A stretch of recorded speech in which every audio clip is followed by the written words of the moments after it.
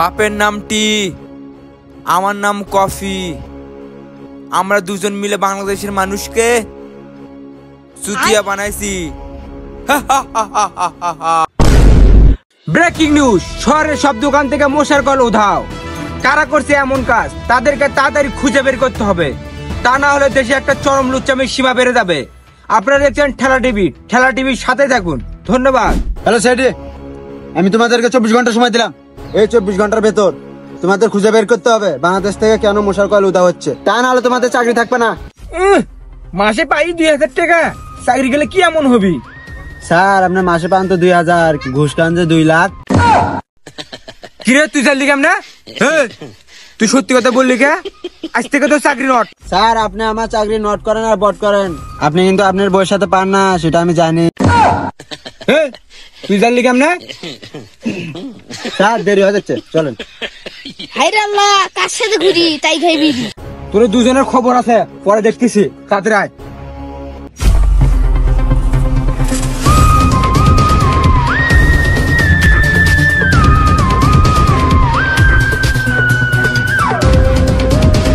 দয়া, এই পথের মধ্যে একটা কয়েল পাওয়া গেছে, এর মানে বুঝতেছো? না তো স্যার। ফেডরিক, তুমি বুঝতেছো? না তো স্যার। এর মানে হলো যে এই রাস্তায় কয়েল জ্বালিয়ে 14 ফেব্রুয়ারি পালন করছে। স্যার তাড়াতাড়ি চলেন, নাহলে মন্ত্রী আমাদের পিছনে ডিম ভরে দিবি। তুই সঠিক সময় উচিত কথা বলিস, তোকে চাকরি থেকে নট করে দেবো। স্যার এগুলো বালের বেসাল বাদ দিন, তিনি চলে তোরকে ধরতে হবে। কি করে? স্যার এইমাত্র ফোনে খবর পেলাম বাংলাদেশে একমাত্র চাটাচাটি কফির জন্য সব কয়েল দাও। দয়া, আসলে সে মশার কয়েল কি করতেছিল? স্যার সে মশার কয়েল জ্বালিয়ে হাজারো বেটির সাথে লুচ্ছামি করতেছিল। তাহলে তো আমাকে মশার কয়েল জ্বালাতে হয়। স্যার আপনি এই কাজটা ভুলেও করতে যাবেন না, তা না হলে পাবলিক আপনাকে ঠেলা দিয়ে খেলা শেষ করে দিবি। চল, কপিকে ধরতে হবে, ও তার মশার কয়েলের গ্যাংকে। জলদি চল।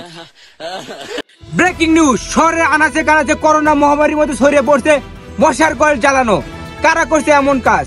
এমনটা হতে থাকলে দেশের চরম লুচ্চামির সীমা বেড়ে যাবে। এই সমস্যার সমাধানে কাজ করছে আমাদের ঠেলা টিভি, তো ঠেলা টিভির সাথে থাকুন। হ্যালো সেটি, তোমাদের কাজ কত দূর? যত তাড়াতাড়ি পারো মশার কয়েল চোরকে ধরো। নাম আমার অভিজিৎ, আমার জিত আছে কিন্তু মায়া নাই। খেলাতে তোদের খেলা শেষ করতে চাই। বাহ বাহ বাহ, কত সুন্দর কবিতা বললেন। কবিতার মায়ের বাপ, তাদের মশার কয়েল চোরকে ধর।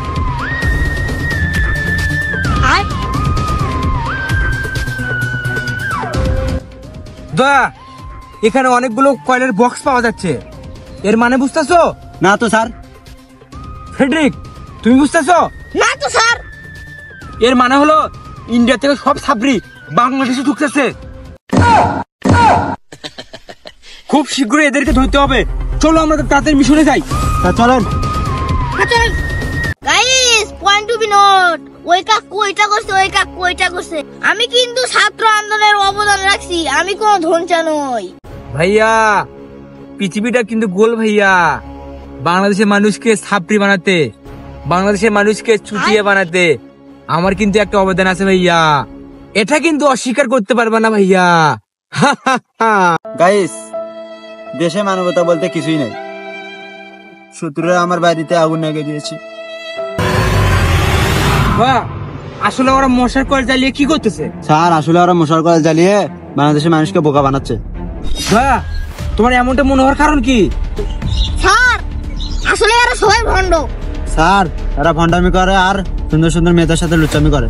দয়া, তোমার কথায় তো যুক্তি আছে। আসলে এদের সর্দারটা কে? স্যার এদের মেন সর্দার হলো কামরুজ্জামান কফি। দয়া, তাহলে তো এদেরকে আইনের আওতায় আনতে হয়। ব্রেকিং নিউজ, দেশের কোথাও আর মশার কয়েল চুরি হচ্ছে না, এমন অলৌকিক ঘটনা দেখে দেশের মানুষ অনেক খুশি। সময়ে অসময় সবাই ঠেলা টিভির সাথে থাকবেন। ধন্যবাদ। যাক, দেশ আজ মশার কয়েল চুরি থেকে মুক্ত। এসব ভণ্ডামি থেকে দেশের মানুষ আজ রক্ষা পেল। কি বলতেছো দয়া? জি স্যার। স্যার ফোন দিছে। হ্যালো স্যার, এইমাত্র খবর পেলাম আমার পাশের বাড়ির দোকান থেকে 1 কার্টুন মশার কয়েল উধাও। দয়া, তাড়াতাড়ি চলো, আরেকটি নতুন কেস পাইছি।